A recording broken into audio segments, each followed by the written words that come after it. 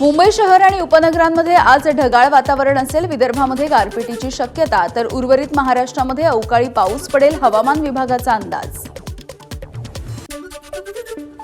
लातूरच्या आनंदवाडीमध्ये वादळी वाऱ्यामुळे एका शाळेच्या 6 खोल्यांवरचे पत्रे अँगलसह उडाले। संगणक, कागदपत्र यासह इतर साहित्याचं नुकसान। गटविकास अधिकारी बी.टी. चव्हाण यांनी आढावा घेतला। लातूरमध्ये अवकाळी पावसामुळे शेतकऱ्यांचं मोठं नुकसान। लवकरात लवकर पंचनामे करून नुकसान भरपाई देण्याची शेतकऱ्यांची मागणी।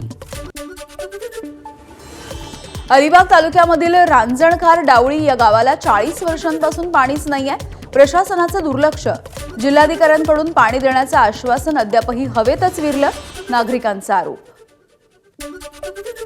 सोलापूरच्या कृषी उत्पन्न बाजार समितीमध्ये कांद्याच्या दरात मोठी घसरण। आवक घटलेली असताना देखील कांद्याच्या दरामध्ये सुद्धा घसरण झाल्यामुळे शेतकरी नाराज। नंदुरबारच्या मांडवी खुर्द जिल्हा परिषद शाळेमध्ये विद्यार्थी जीव धोक्यात घालून शिक्षण घेतात। वर्गखोल्या जीर्ण झाल्या तरी वर्ग भरवले जातात।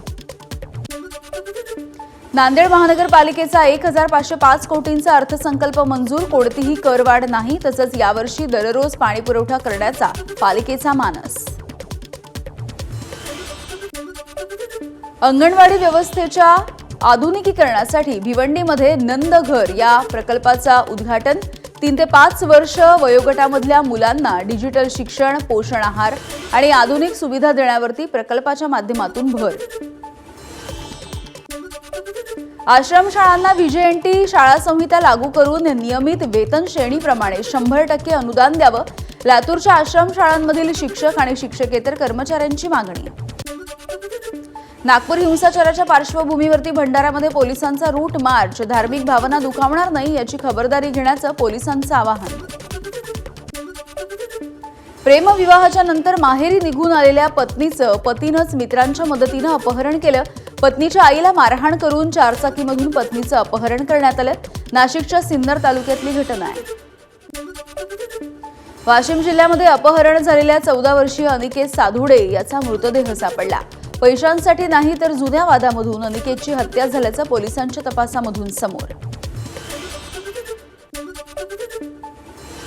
जळगावच्या धरणगावामध्ये घरात शिरून 2 बहिणींची छेडछाड। टवाळखोरांच्या त्रासाला कंटाळून मुलीनं विष घेऊन आत्महत्येचा प्रयत्न केला। गुलाबराव पाटील यांनी पीडित मुलीची भेट घेतली आहे। वर्ध्याच्या समुद्रपूर शहरामध्ये दिवसाढवळ्या घरफोडी। रोख रकमेसह 38,500 रुपयांचा ऐवज लंपास। या प्रकरणामध्ये अज्ञात चोरट्याच्या विरोधात गुन्हा दाखल।